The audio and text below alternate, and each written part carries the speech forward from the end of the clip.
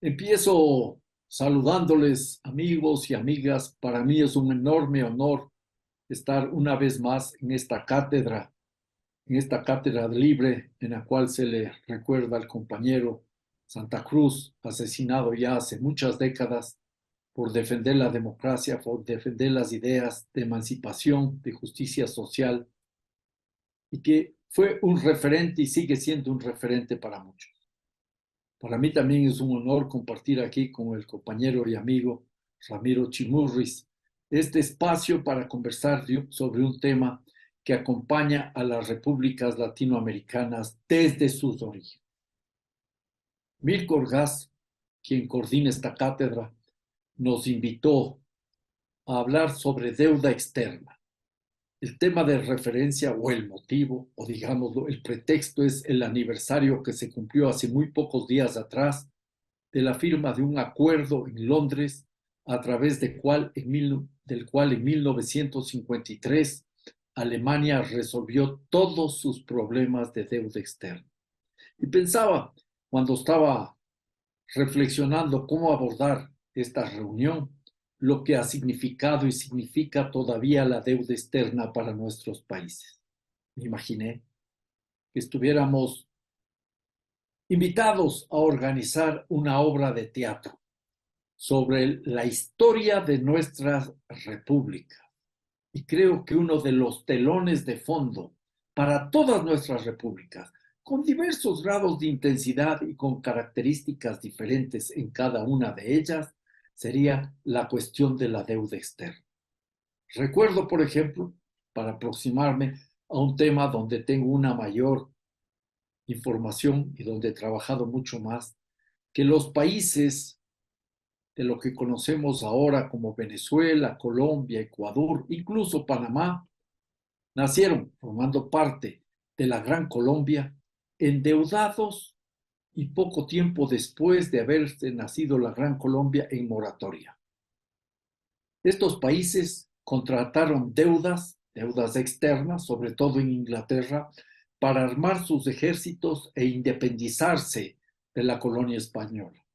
Ya en 1825 apenas habían comenzado estos países a incursionar en su vida republicana, separados de la Gran Colombia, tuvieron un grave problema de deuda externa. En el caso de Ecuador, mi país, el asunto es dramático.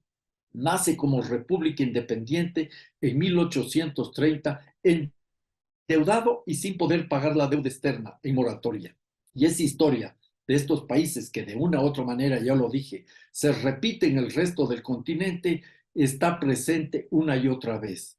Países que tuvieron capacidad para endeudarse y pagar la deuda externa por sus posibilidades de ofrecer recursos naturales. Pensemos en el caso del Perú, que en el siglo XIX consiguió como 10 renegociaciones de deuda externa. Otros países como Bolivia o Ecuador permanentemente marginados del mercado financiero internacional.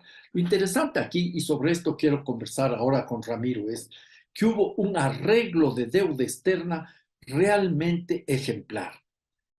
De una sola vez, con una sola negociación, con todos los actores, es decir, todos los acreedores, todos los deudores, todo tipo de deuda externa, se logró una solución al endeudamiento de Alemania en el año 1953. En realidad, la negociación empezó en el año 1952 y se llegó a un arreglo que permitió que Alemania termine de pagar sus deudas en el año 2010.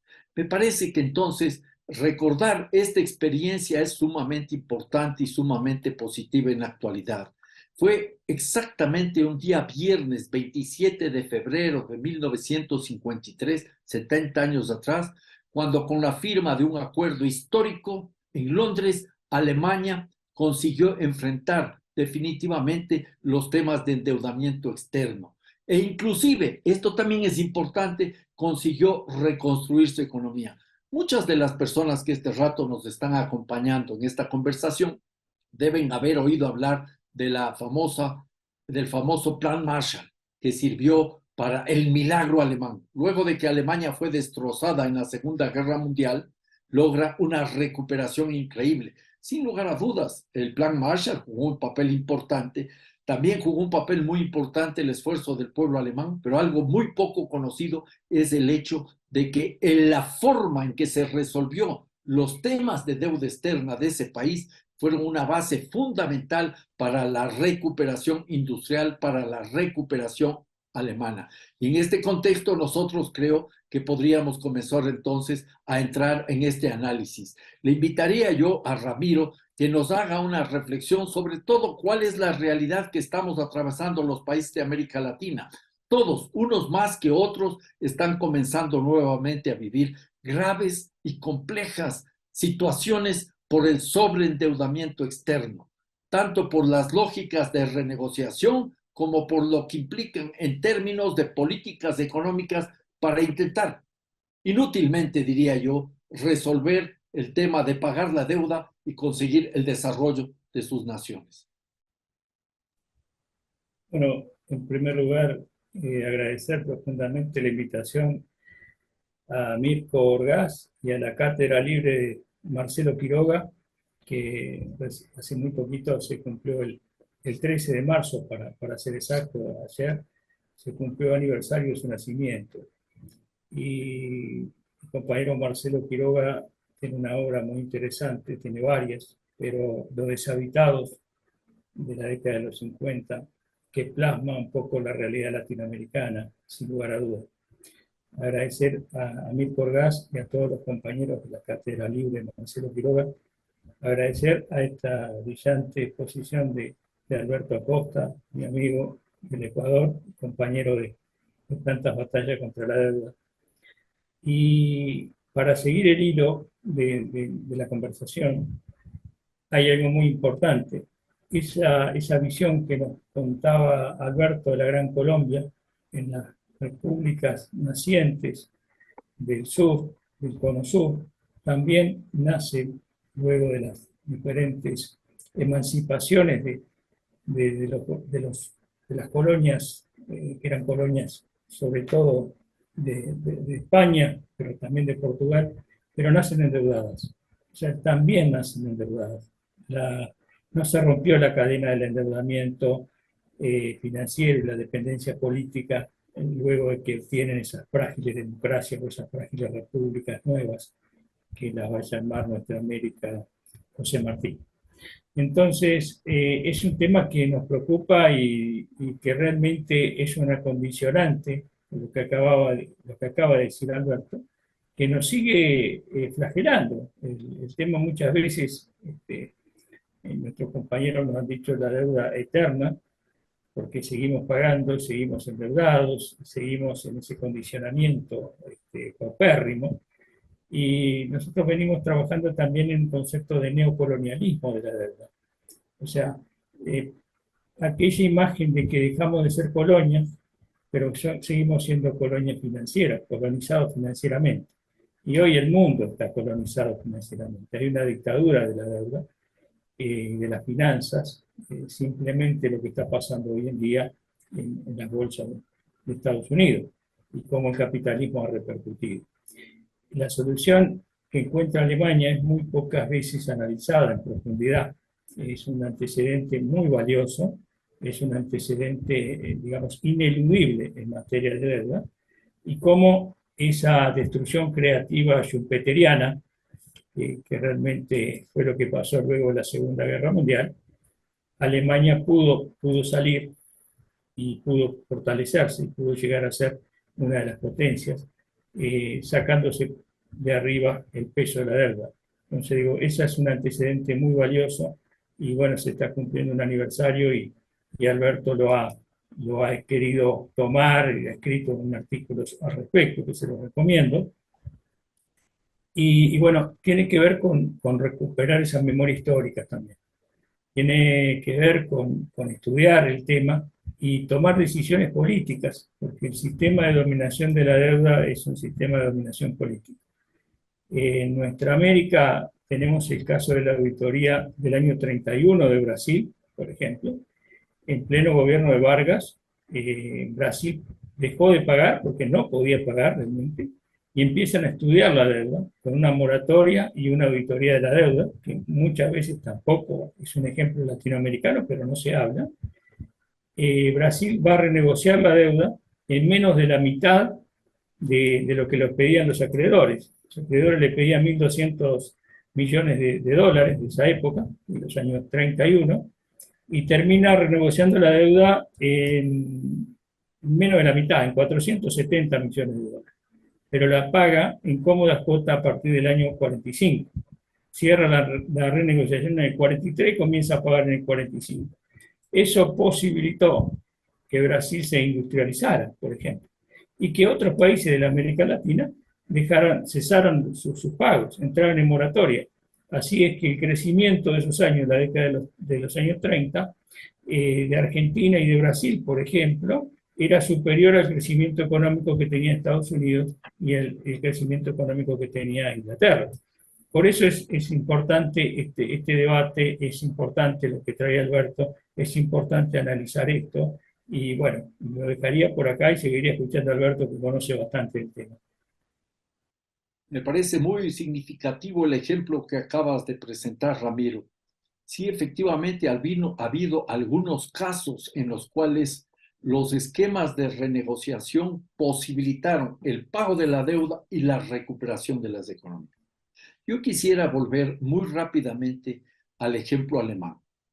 La deuda alemana, a la cual nos estamos refiriendo y que fue abordada en el Acuerdo de Londres del 27 de febrero del año 1953, hace 70 años, surgió con la deuda de reparaciones de la guerra, la llamada Primera Guerra Mundial o Guerra Europea, en la cual Alemania fue derrotada, concluyó con el Tratado de Versalles, año 1919, y se le impuso, como era tradicional en aquellas épocas, el pago de los costos de los destrozos provocados por la potencia, en este caso Alemania, que era la derrotada, a favor de los otros países. Y esta deuda dio lugar a una serie de complicaciones.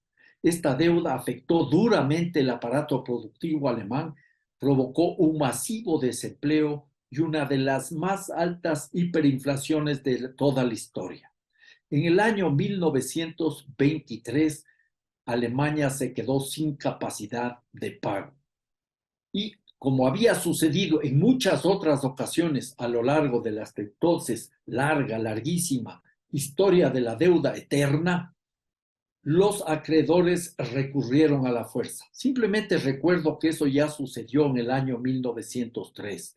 A Alemania le invadieron desde enero del año 1923 a agosto de 1925 tropas francesas y tropas belgas para controlar sobre todo la zona de la cuenca del río Ruhr, donde había grandes minas de carbón, que era el producto mineral, el producto natural, la reserva primaria que querían hacerse cargo los franceses en particular para sostener su economía. Eso ya sucedió, como les digo, en el año 1903 con Venezuela y en otras tantas ocasiones. En 1903 una flota combinada de buques provenientes de varios países invadieron o bombardearon los puertos venezolanos. Yo creo que eso no podemos olvidarnos nunca, cómo se imponían las condiciones de pago a través de la fuerza.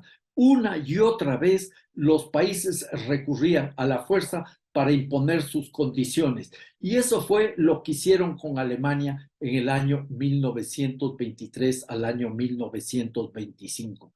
Alemania consiguió un nuevo arreglo de deuda externa, con lo que se conocía como el Plan Davis, pero ese arreglo de deuda externa que permitía que Alemania refinancie permanentemente sus deudas, como hacemos en América Latina, con nuevos créditos. Ahora lo hacemos con el Fondo Monetario Internacional, el Banco Mundial, otros acreedores y otros organismos multilaterales de crédito. No pudo sostener hasta el año 1928, cuando tuvo nuevas dificultades y tuvo que el año 1923, y reestructuró la deuda en el año 1928 con el Plan Jung. Esa deuda debía haber pagado Alemania en el año 1988. Llegó el gobierno de Hitler, de Adolfo Hitler, el nazismo, y suspendió el pago de la deuda, y desde el año 1932 Alemania llegó a una deuda muy interesante. Aquí quisiera hacer una puntualización muy rápida. Ramiro nos recuerda algunos arreglos de deuda externa en los países del Mercosur, del sur de nuestra América. Esos estaban ya en el marco de lo que era la gran crisis, la gran recesión o gran recesión que afectó a la economía mundial. Todos los países del mundo, unos más que otros, entraron en un proceso recesivo muy agudo, e inclusive no nos olvidemos que en el año 1932 el presidente norteamericano Hoover estableció lo que se llegaría a conocer Herbert Clark Hoover, así se llamaba el presidente norteamericano, el año Hoover.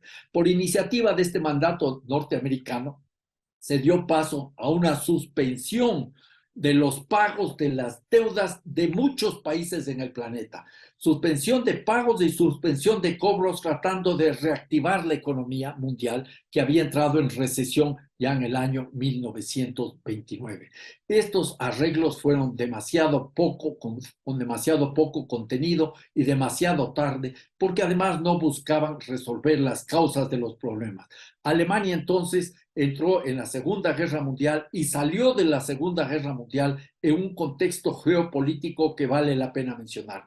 Voy a sintetizar muy rápidamente los principales arreglos a los que se llevó en ese acuerdo. Esta deuda externa, insisto, se negoció en un solo proceso, con alguna interrupción para establecer ciertas limitaciones.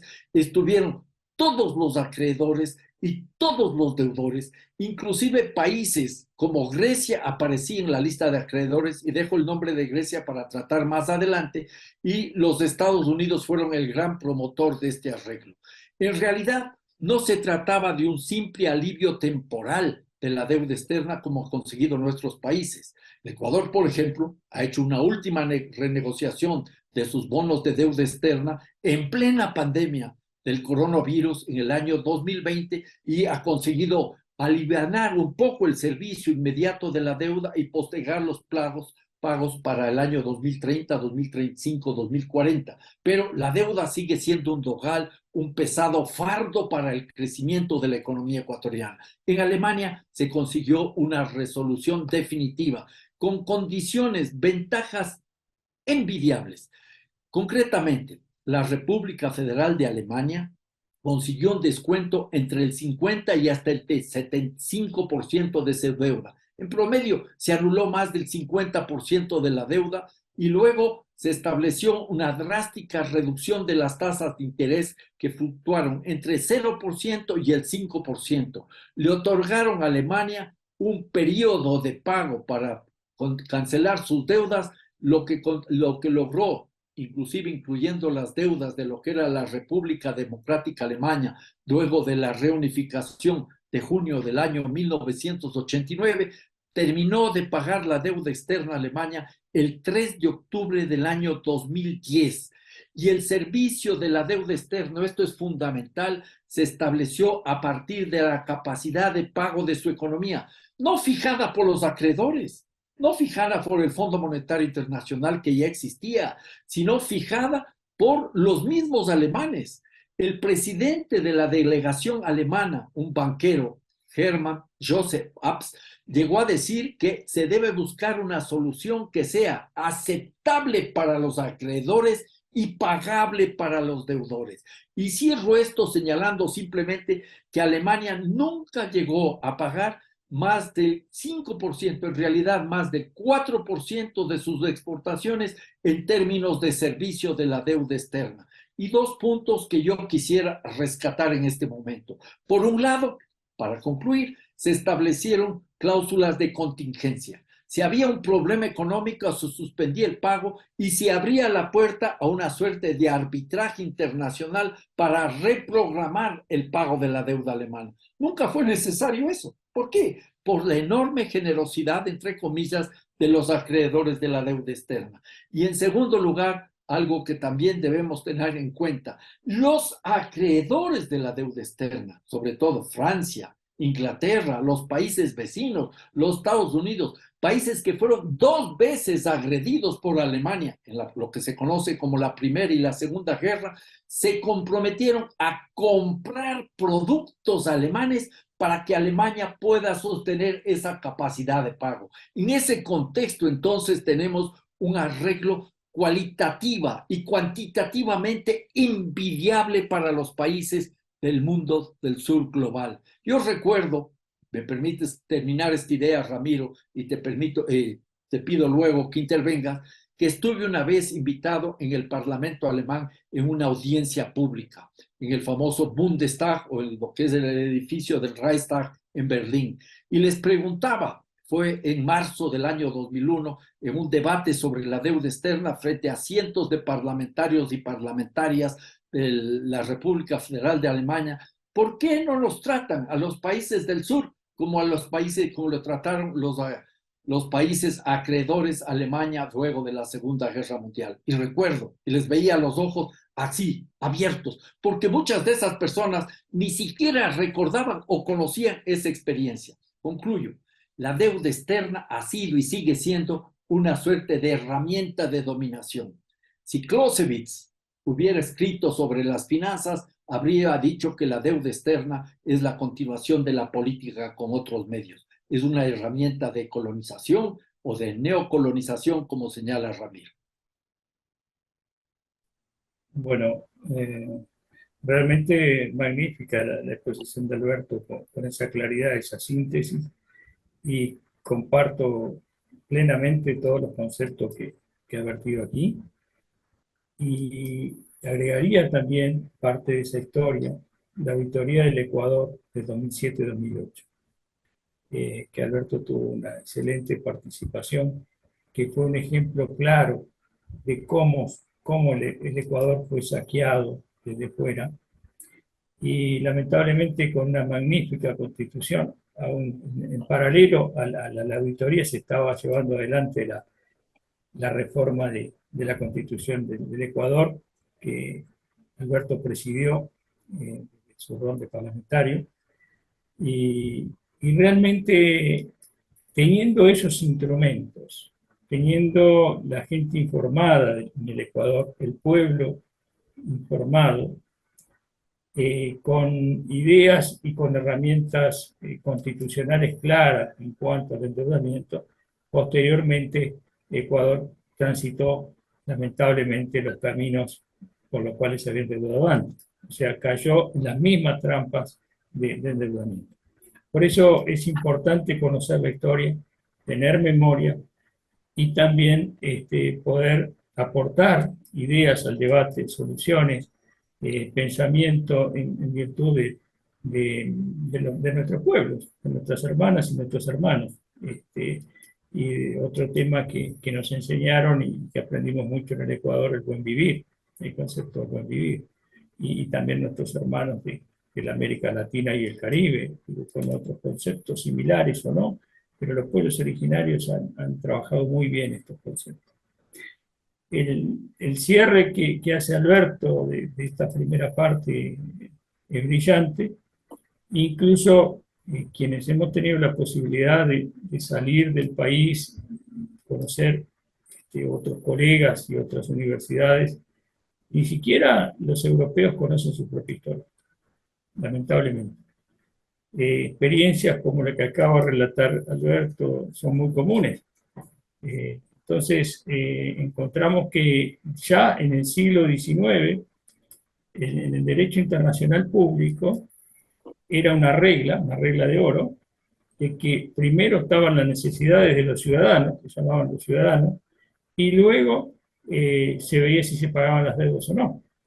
Ya en 1830, Zacharias, jurista alemán, ya lo explicaba así, pero también los juristas franceses, los padres del derecho internacional público, donde también había latinoamericanos como José Calvo, y que también tiene una influencia muy importante en la doctrina de defensa de la América Latina, la doctrina Drago posteriormente, otro constitucionalista, internacionalista, perdón, y diplomático argentino, que después de 1902, cuando bombardeó a Venezuela, como nos señalaba Alberto, pone las reglas de, muy bien, está la doctrina Monroe, pero acá también hay independencia, hay soberanía. Esas discusiones donde se invadían países, se conquistaban países, si no preguntémosle a México, en toda la tierra que perdió en lo que es la parte de California, en Texas, también con el pretexto de un endeudamiento. Entonces, tenemos que tener muy claro eso, las negociaciones, en el caso uruguayo, en la parte del Río Grande do Sul, en la parte en la negociación con el Imperio Británico, con Argentina y con Brasil, pierde una parte de su territorio. O sea, están plasmadas nuestras historias de deudas, de conquistas, de saqueo. Desde el punto de vista político, también hay un neocolonialismo político y una complicidad. ¿Cómo puede ser que en nuestros países se firmen convenios y acuerdos de deuda que sean secretos? No importa si es con China, con los Estados Unidos, con BlackRock o con cualquier fondo de inversión. O sea, eso tiene que ser transparente. Todos tenemos que saber claramente, cualquier ciudadano tiene que saber a dónde van los recursos públicos, a dónde van los recursos del futuro de las generaciones, de nuestras generaciones presentes y nuestras generaciones futuras. Entonces, esos temas son fundamentales cuando hablamos de deuda, hablamos de derechos humanos, hablamos de soberanía, y obviamente que no podemos hablar de libertad, porque es una imposición. El acreedor impone, lo que muchas veces el que se presenta como acreedor muchas veces no tiene documentados esos empréstitos, o la propia ingeniería económica financiera del endeudamiento hace de que no solamente sea la matemática de los bonos de deuda, sino también los condicionamientos que vienen detrás de ella.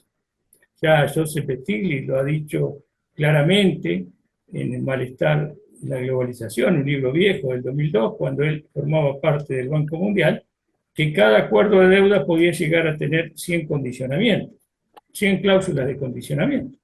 El condicionamiento cruzado de 1989 entre el Banco Interamericano de Desarrollo, el Fondo Monetario y el Banco Mundial ha sido nefasto para nuestros países de América Latina. Sin embargo, la crisis del 2007-2008 también golpeó a Europa, también golpeó al pueblo norteamericano, y también se exportaron esos bonos tóxicos que hoy están llenos en los bancos, los principales bancos del mundo. O sea, muchas veces estos mecanismos de endeudamiento se han sofisticado. Alberto decía, voy a dejar Grecia para atrás, voy a dejar para más adelante, decía, voy a dejar un poquito para conversar más. Goldman Sachs, y en ese momento el encargado para Mario Draghi, era el encargado de Goldman Sachs en Grecia, y hace una documentación que falsea la realidad y muestra una realidad económica de Grecia que no está, y a su vez genera toda una crisis económica en Grecia. Cuando Grecia se empieza a conocer la verdad, se dan cuenta de que realmente ha sido toda una maniobra financiera. Ya en el 2010, 2011, 2012, Goldman Sachs estaba atrás de eso y fue uno de los principales beneficiados no solo de la crisis de la subprime de 2007, sino también de la situación de Grecia. Lamentablemente en condiciones paupérrimas, como ha quedado Grecia y como sigue estando Grecia. Pero el tema fue así, ese famoso salvataje de los bancos, fue realmente un salvataje de los bancos, pero no fue el salvataje del pueblo norteamericano o del pueblo griego en el 2015. Y ahí tenemos un ejemplo de soberanía, donde el propio referéndum dijo no al acuerdo con el Fondo Monetario Internacional y Tsipras capituló. Ya sabemos esa historia. Sin embargo, Islandia, que es un país mucho más pequeño, de 365.000 habitantes, tuvo dos referéndums, en 2009 y 2010, y sin embargo, 26 banqueros fueron a la cárcel por la privatización de los bancos y porque realmente ese endeudamiento era una tasa de intereses exorbitante en beneficio de unos especuladores financieros. Vuelvo a decir eso para no olvidarnos que en el 2009 la constitución alemana fue cambiada, previendo todo este tema de las situaciones bancarias y dejar en libre juego los bancos. 2010, Goldman Sachs, la JP Morgan, JP Morgan mandó un memorándum a Italia para modificar la constitución. 2011, 2011 en España también se modificó a puerta cerrada la Constitución española, el artículo 135 de la Constitución española vigente, se votó a puerta cerrada por los dos partidos principales y el presidente. El 135 de la Constitución española establece prioridad absoluta del pago de la deuda externa. Por primera vez en una Constitución se plasma eso, y también Portugal modificó la Constitución en base al mercado financiero o la dictadura financiera internacional. Por eso es que nos gusta hablar de neocolonialismo político y jurídico, que no es un concepto que creamos nosotros. Los africanos ya lo denunciaron en la década del 50 para el 60, ya nos explicaban cómo ese neocolonialismo estaba presente y que no era solamente político, sino que era económico, cultural, militar, social. O sea, había todo un entramado, y es un poco lo que estamos viviendo hoy con el sistema financiero internacional y cómo nos va quitando soberanía, quitando recursos, transforma países inmensamente ricos en países empobrecidos. Y por ejemplo, el ejemplo claro de la América Latina, la principal economía de América Latina, Brasil, destina el 50%, a veces un poquito menos, a veces el 40, el 45, el 47, el 50, el 52% de su presupuesto al pago de los servicios de la deuda externa. Entonces digo, sí será importante y tener en cuenta de que somos países inmensamente ricos, como explicaba muy bien Alberto, desde la época de las colonias, cuando se liberan estos países, realmente siguen pagando y seguimos pagando hasta hoy. Pero lo importante de poder visualizar el bosque de la deuda, es que también este sistema de dominación de la deuda está pegando a los países de economías centrales o las principales economías del mundo. O sea, está pegando a las poblaciones, ya sea en Estados Unidos, en Alemania, en Europa, pero también nos golpea fuertemente a una América Latina y el Caribe que se ha transformado en el continente más desigual, teniendo recursos, teniendo posibilidades, pero que faltan las voluntades políticas necesarias para salir adelante y enfrentar el sistema de dominación de la deuda. Bien, Ramiro, creo que has tocado algunos puntos fundamentales y claves. Insistiría yo en algo que dijiste en tu primera intervención. Este neocolonialismo que implica todo el entramado del endeudamiento externo. Queda absolutamente claro para mí, y entiendo para que todas las personas que nos acompañan, que lo que obtuvieron los alemanes luego de la Segunda Guerra Mundial, por razones geopolíticas sobre las cuales hablaré más adelante, es realmente envidiable. Y como les decía hace un instante, si Karl von Clausewitz hubiera abordado las finanzas y no la guerra en sus escritos, él habría dicho que la deuda externa es la continuación de la política con otros medios. La deuda, como se ha demostrado hasta la saciedad, y Ramiro ha sido categórico al reflexionar sobre algunos aspectos históricos, asoma como un mecanismo de dominación, un mecanismo de exacción de recursos desde los países pobres y de imposición de las políticas desde los países ricos. La deuda, no solo las deudas financieras, porque hay otras deudas que no podemos olvidarnos, como la deuda histórica colonial, la deuda ecológica y otras deudas, normalmente son herramientas que sirven para reafirmar las desigualdades de todo tipo. En ese escenario también deberíamos tener mucha atención a lo que significan las deudas como una herramienta de dominación. Y también tenemos que tener claro que cuando hay interés político de los acreedores por resolver un problema de deuda, buscan medidas integrales. Eso sucede con Alemania hace 70 años. Lo hacen porque les interesaba. Había una relación geopolítica. Se estaba comenzando a calentar lo que conocemos como la Guerra Fría, allá en el año 1953. En ese contexto aparece la voluntad política para encontrar respuestas. Pero en la mayoría de los casos, la deuda, lo que engarzaría con otro axioma del mismo Clausewitz, lo que podríamos decir es que es un acto de poder, cuyo objetivo es forzar a los países deudores a hacer su voluntad, la voluntad de los acreedores. Y los acreedores, sabemos muy bien, no están dispuestos a perder su poder. Eso es lo que sostiene como eterno a estas deudas en los países del sur global, incluso en los países del sur europeo. Y ahí asoma el tema de Grecia, que lo he mencionado anteriormente. Grecia está abordando o sufriendo más que abordando, sufriendo problemas derivados de esquemas de ajuste que los conocemos muy bien en nuestra América. Renegociaciones, algo de alivio en el pago de la deuda, imposiciones de políticas económicas que implican una reducción del tamaño del Estado, es decir, menores inversiones sociales en educación, en salud, en vivienda popular, en bienestar, en seguridad ciudadana, mayor esfuerzo para ampliar los extractivismos, mayor cantidad de exportaciones primarias, como petróleo, minerales, soya, carne y otros productos agrícolas para tratar de sostener el proceso del servicio de la deuda. En poco tiempo tenemos una interrupción de eso, nuevas renegociaciones y la historia vuelve a empezar.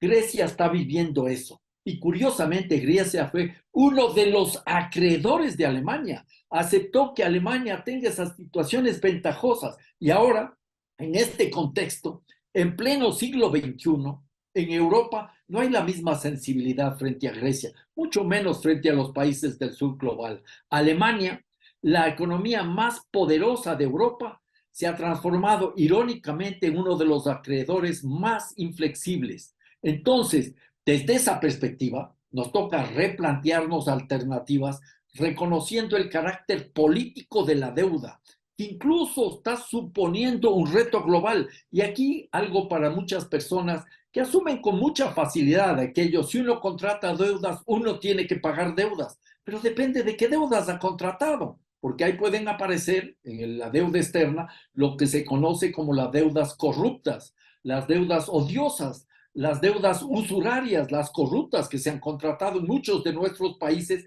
para proyectos que no tenían ninguna viabilidad. Estoy pensando en los buques pesqueros de Ecuador contratados en Noruega. Estoy pensando en esa refinería de estaño en Bolivia. Estoy pensando en el tren elevado en Lima. Estoy pensando en el reactor nuclear en Filipinas. La lista es enorme. Y hay algunos dirán, pero es culpa de los gobiernos. Sí, es culpa de los gobiernos, pero también de los acreedores, de quienes nos prestaron el dinero y de quienes lucraron de ese endeudamiento externo. No se olviden que en la deuda externa, cuando aparece la corrupción, no es que es un país aislado el corrupto. El tango se baila entre dos. Siempre hay una contraparte de los acreedores. Esto me parece fundamental. Un segundo elemento clave es, sí, paguemos las deudas. ¿Qué deudas y en qué condiciones se pagan las deudas? El ejemplo alemán debería servir de referencia para cualquier arreglo de deuda externa. Es más, en el capítulo 9 de la ley de insolvencia de los Estados Unidos, seguramente han oído hablar del capítulo 11, el Chapter 11, que dice que las empresas pueden acogerse a situaciones de no pago cuando tienen algún problema financiero. Para que no quiebren las empresas, se llega a ciertos acuerdos y eso permite que las empresas continúen luego de refinanciar sus deudas. Lo mismo existe en los Estados Unidos en el capítulo 9 para los municipios. Si un municipio, un gobierno autónomo descentralizado, diríamos en Ecuador, no tiene capacidad de pagar la deuda, no quiebra. Llega a algún arreglo en el cual la sociedad tiene que participar activamente en la definición del arreglo sin que en ningún caso se afecten las inversiones sociales de ese municipio. Esas son también alternativas importantes que deberíamos tener en cuenta. Eso nos indica que no podemos seguir aceptando los acuerdos orquestados por el Fondo Monetario y el Banco Mundial, que no pasan de ser una suerte de parches financieros, al tiempo que son poderosísimas palancas para seguir forzando a nuestras economías su carácter de primario exportadora. Y eso atendiendo las demandas, los intereses de los acreedores de la deuda externa. Yo diría que estas experiencias históricas son muy significativas para asumir con políticas de largo plazo qué hacer frente a la deuda externa. Ramiro mencionaba la auditoría de la deuda externa ecuatoriana y nos presentó un ejemplo anterior de 1931 con el caso brasileño. En 1938 el entonces senador, o un poco más tarde el senador Fernando Henrique Cardoso, también en Brasil, planteó una auditoría de la deuda externa. En el caso ecuatoriano podríamos recordar un estudio de deuda externa elaborado en el año 1896 por el general liberal Enrique María, ya se me escapa el nombre, Terán, que es el general que elabora un tremendo estudio que sirve para que luego el general Eloy Alfaro, quien está a mis espaldas en ese cuadro, establezca el corte a lo que él llamaba el nudo gordiano, la deuda gordiana, y suspende el pago de la deuda. El problema aquí es que en el caso ecuatoriano que se dio paso a esta importantísima, histórica auditoría de la deuda externa en la época del presidente Rafael Correa, que recogió la iniciativa que surgió muchos años antes desde la sociedad civil, en la práctica no se hizo realidad. Ese gobierno volvió poco tiempo después a las mismas prácticas de endeudamiento corrupto, oscuro, sin transparencia, sin participación ciudadana y un proceso acelerado que, entre otras muchas razones, explica los problemas que está atravesando el Ecuador. Entonces, para ir cerrando al menos esta aproximación histórica, es importantísimo recuperar esas experiencias para seguir discutiendo soluciones de largo plazo. No podemos simplemente quedarnos en este esquema de parches sucesivos que lo único que hacen es seguir profundizando nuestra condición de países dependientes en el mercado mundial. Necesitamos respuestas a nivel nacional, a nivel regional y a nivel internacional de largo aliento. Por ejemplo, y sobre eso podríamos hablar más adelante, la necesidad de un código financiero internacional, un Banco Central Mundial en donde el Banco Mundial y el Fondo Monetario Internacional no tengan absolutamente nada que hacer, un Tribunal Internacional de Arbitraje de Deudas Soberanas, esquemas que garanticen la justicia social y la justicia ecológica simultáneamente. Sí, coincido con Alberto que hay que buscar esos mecanismos, que algunos de ellos ya están, pero falta voluntad política. Me parece muy claro el ejemplo de la deuda inglesa en el caso de Ecuador, que lo nombró Alberto, cuando Eloy Alfaro le pide a Emilio Terán que haga el informe de los Sí, ferrocarriles discúlpame, ingleses. era Emilio, con perdón, Ramiro, Sí, recordé el nombre exacto, la memoria falla a veces, Emilio María Terán, un general, un abogado liberal, que escribe un exactamente. texto de 700 páginas en 3 meses, fantástico, notable, que es una verdadera auditoría de la deuda externa. Escribe ya en el año 1896 y que permite viabilizar lo que el general Eloy Alfaro decía ya en 1892 en Costa Rica, cuando estaba exiliado, la necesidad de darle un golpe, un corte al nudo gordiano de la deuda externa. Disculpa la interrupción, Ramiro. No, al revés, Alberto. Yo me quería detener en eso porque el cálculo que hace Terán era que recién para los años 90 se iba a terminar, 1990 se iba a terminar de pagar la deuda con los Exacto. ingleses. Entonces ahí saca un decreto, el general Eloy Alfaro dice, no se va a pagar más esta deuda. Pero solo para mostrarles cómo con los intereses, solamente con el mecanismo de interés que tiene el endeudamiento, que antes no era tan sofisticado, porque antes cuando no se pagaba se mandaban los cañones, hoy existe un poquito más de sofisticación, demandan drones y aviones no tripulados, en fin, pero fuera de eso, el tema es cómo ese condicionamiento que hay como, yo digo, no solo la matemática financiera de la deuda, sino también está la lógica financiera de los documentos de deuda, o endeudamiento, está la lógica del usurero y la lógica del banquero. La lógica del usurero que dice, bueno, síganme pagando in eternum. Shylock de Shakespeare es realmente un aprendiz al lado de los mecanismos de endeudamiento Exactamente. actual. Y el otro tema es la lógica del banquero.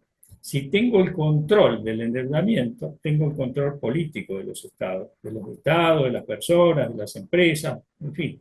Entonces, esas tres lógicas se entrecruzan en el sistema de dominación de la deuda, como lo dice Alberto, y hacen de que sea el principal motor de saqueo de nuestros países. Y que esas políticas que aplicaron en la década de los 80 son las mismas que están aplicando en los países de Europa, sobre todo en la periferia europea, denominada por ellos mismos la periferia, ¿no? Dice, bueno, tienen países de economías periféricas también en Europa, y así los tratan, o sea, también son tratados como si fuesen países periféricos.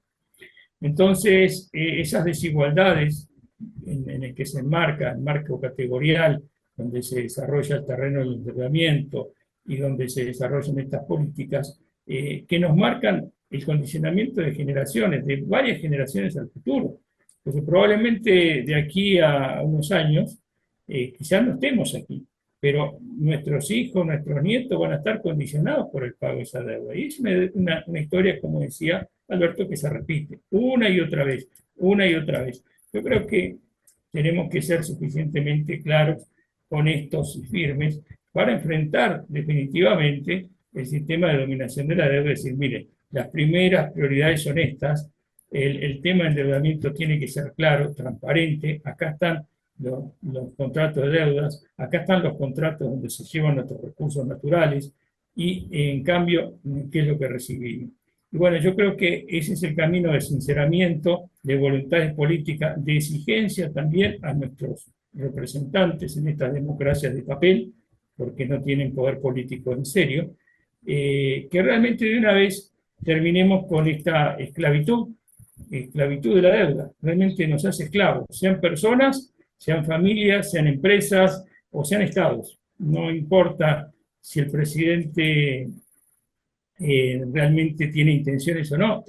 La principal obligación de los presidentes y de los poderes de los estados, sean legislativo, judicial, ejecutivo, es para con quienes lo votaron, es para con su pueblo, para garantizar eso. Y también esa obligación por la naturaleza.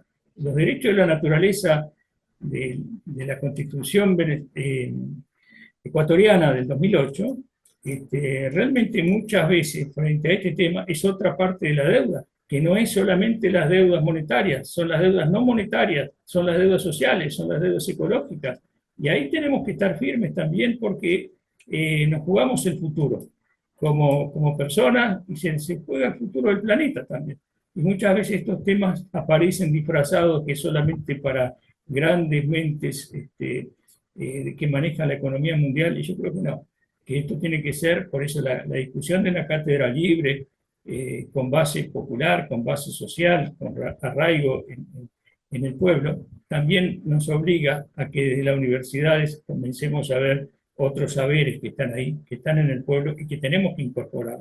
Y que ya desde la escuela nuestros hijos, nuestros nietos empiecen a ver cómo son las finanzas, cómo es la verdadera historia, y no la historia que nos la contaron, sino la historia real, de los personajes reales, de los personajes que habla Marcelo Quiroga en Los Deshabitados. Entonces, no es solo Marcelo Quiroga, hablan muchos más, pero en este caso, como la cátedra libre es en homenaje a Marcelo Quiroga, él relata a esos personajes. Y esos mismos personajes transcurren en América Latina y el Caribe, y transcurren y forman parte de estas vivencias, que ojalá en un futuro podamos reunirnos para decir, bueno, habían mecanismos, se utilizaron esos mecanismos y realmente nuestros pueblos puedan vivir con dignidad, que es lo que realmente se merece. Alberto, te dejo la palabra. Yo rescataría algo para ir cerrando ya nuestras intervenciones en esta reunión tan interesante, en esta cátedra Marcelo Quiroga Santa Cruz, que nos permite abordar cuestiones de mucho interés para nuestra América. Quisiera recordar algo que acaba de señalar Ramiro, la necesidad de incorporar la variable ecológica en este tipo de cuestiones. Precisamos acciones para incorporar la deuda ecológica, especialmente definiendo quiénes son los deudores y los acreedores. Es indispensable, es urgente cada vez más la reparación y restauración del daño ambiental provocado de forma directa e indirectamente, especialmente por los países capitalistas metropolitanos, por los acreedores de nuestra deuda externa financiera, Desde aquí podría surgir un mecanismo que contribuya al respeto de la naturaleza, recuperando lo que tenemos en la Constitución ecuatoriana, y espero que pronto esté en todas las constituciones de nuestra América del mundo y del mundo, la naturaleza como sujeto de derechos, sin permitir su desvalorización, diría, al reducirla a términos económicos. Y por cierto, no se trata de darle la vuelta a la misma lógica de dominación y de explotación de la naturaleza, simplemente invirtiendo el papel de los acreedores, en tanto los países ricos aparecen como deudores y los empobrecidos como acreedores. En este punto necesitamos un Tribunal Internacional de los Derechos de la Naturaleza, teniendo en mente la necesidad de otra economía para otra civilización. Y todo esto concluye, desemboca en la necesidad de entender a la deuda, no solo la deuda externa, como una herramienta de dominaciones múltiples que superan las facetas económicas y políticas, puesto que tiene implicaciones culturales, patriarcales e inclusive coloniales. Las deudas han sido herramientas que construyen y reafirman sociedades jerarquizadas. Las deudas en esas diferentes facetas siguen siendo una herramienta de explotación, de dominación e inclusive de esclavización, perdón. Y en ese contexto yo sí creo que es muy importante recuperar esas visiones, incluso feministas, que nos invitan a enfrentar los temas patriarcales, esas visiones decoloniales, para enfrentar los temas que vienen atados a esa herencia colonial de mucho tiempo atrás y a la necesidad de construir otro tipo de sociedades. 70 años han pasado del Acuerdo de Londres, hay mucha historia, hay muchas experiencias muy antiguas y anteriores que nos deberían permitir avanzar en cambios profundos que demandan siempre luchas políticas, y para eso sirven estos espacios como esta cátedra de Marcelo Quiroga Santa Cruz, con la cual estoy profundamente agradecido. Me siento honrado no solo de haber podido compartir con Ramiro aquí estas opiniones y estas reflexiones, sino de contribuir a través de este espacio a la construcción democrática de sociedades democráticas.